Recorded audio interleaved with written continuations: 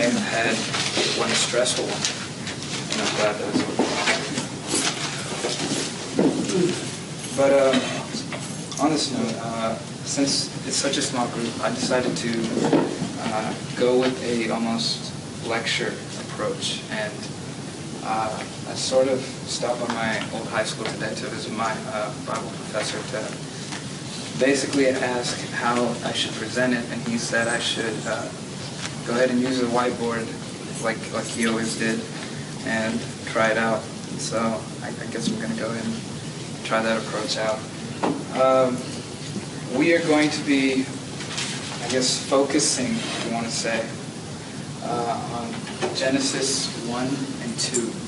So I want to go ahead and turn to that.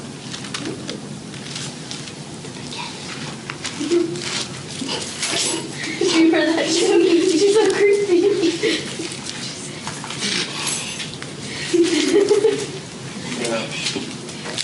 Before we start, I Just recite Genesis 1 right now. I like to go and pray. Heavenly gracious Father, I thank you for all that you've given unto us. I thank you for everything that you've handed over to us, Lord. Father, I pray that right now, as I speak your words, Lord, that they may be your words. And Lord, as I teach my fellow brothers and sisters, Lord, that they may be instructed well. Lord, I pray that everything I teach them, everything I speak may be completely and wholly truth, and may be completely and wholly your words, not mine. Father, I pray that you may continue to guide me in all things. I pray that you may continue to be with everyone here and all those who aren't able to make it here. Be with us and guide us, Lord, and we thank you for everything. It's in your holy and precious name. So, like my cousin Curly said, in the beginning, God created the heavens and the earth. And it's almost funny because the word for God in my handwriting sucks. Forgive me. Is Elohim. Means creator. It means some people like to say creators, referring to the Trinity. And it says in the beginning, God created. The word for create, we would find that it is the word bara. And it's almost the driving force in this passage, in these two chapters. The word bara. It's not just create, it's conceive is a better word. It means to create, literally to bring out of nothing. And the word bara acts as a striving force. And we read in verse 2, now the earth was formless and empty, and darkness was over the surface of the deep, and the Spirit of God was hovering over the waters. And we find that there is this realization of Spirit hovering over waters. And we find that there is this idea of this movement of just chaos. And in the midst of all this chaos, order is finally taking place. We find that if you read this chapter, if you read this passage, we find that, I'm pretty sure we've all seen this. First, God made light, darkness. And we find that God speaks. And when God speaks, it just happens. And we find that just by a word, God makes everything. And so we see these almost these three different attributes of God. We find God, the Creator, God, the Word, and God, the Spirit. We find this weird, profound way of almost these three different personalities in one. This multiple person, this community of creation. And this is what we really call the Trinity. And so, yeah, so like it says, God said, let there be light. There was light. And he separated the light from the darkness. And there was evening and morning.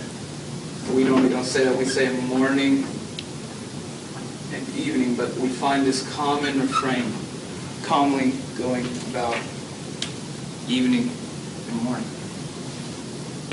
We'll get to that later. We find the second day, God made the sky. God, it says, God separated the waters and made an expanse in between them, and that expanse was called the sky. Separation.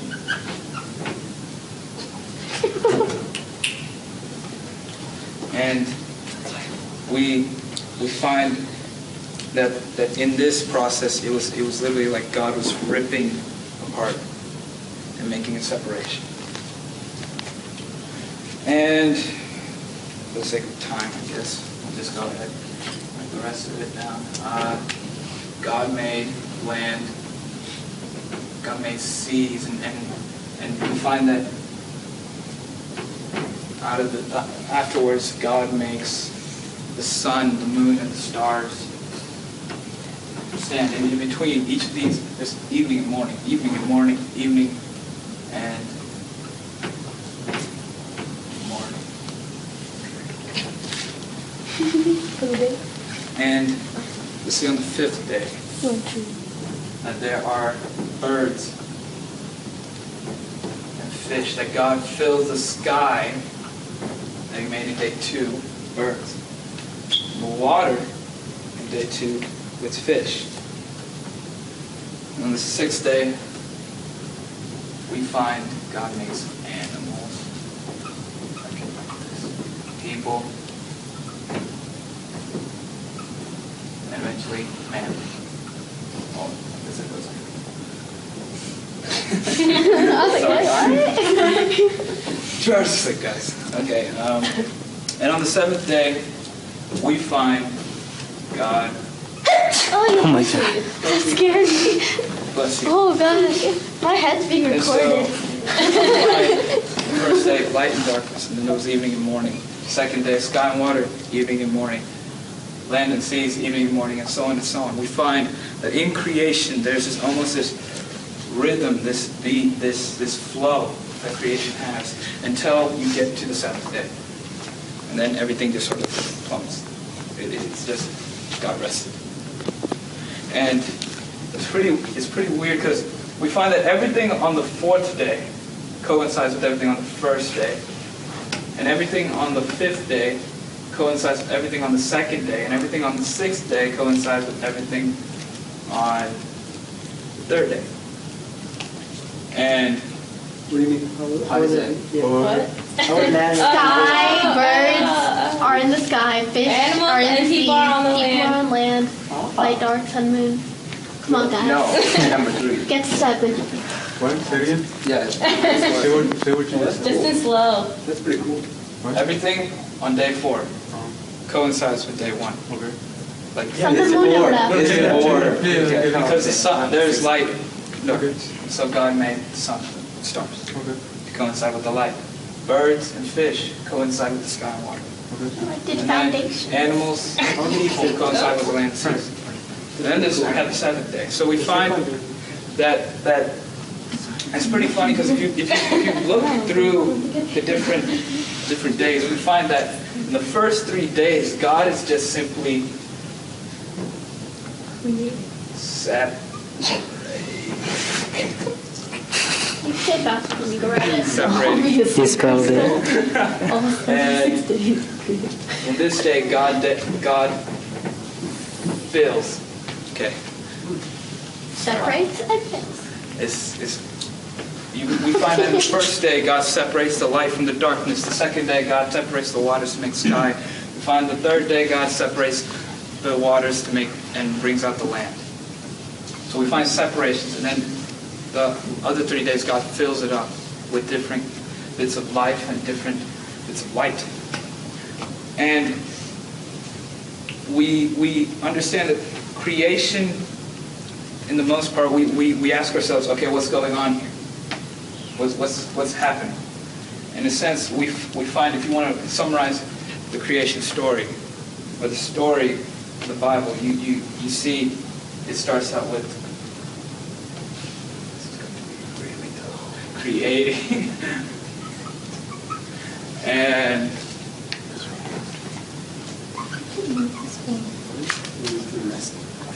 resting. And we see this happening in just creation, but we also find it, if you go throughout the whole Bible, we see this in all of the Bible, all of human history, where God starts out creating, God's ends in resting, and everything else in between. Everything else in between is this where God leaves it up almost to the humans to figure out. And then we see all these different things going down. And it's pretty incredible when you just reading through Genesis, you find out, the first thing I found out was Genesis actually has 4 different authors. No. Yeah.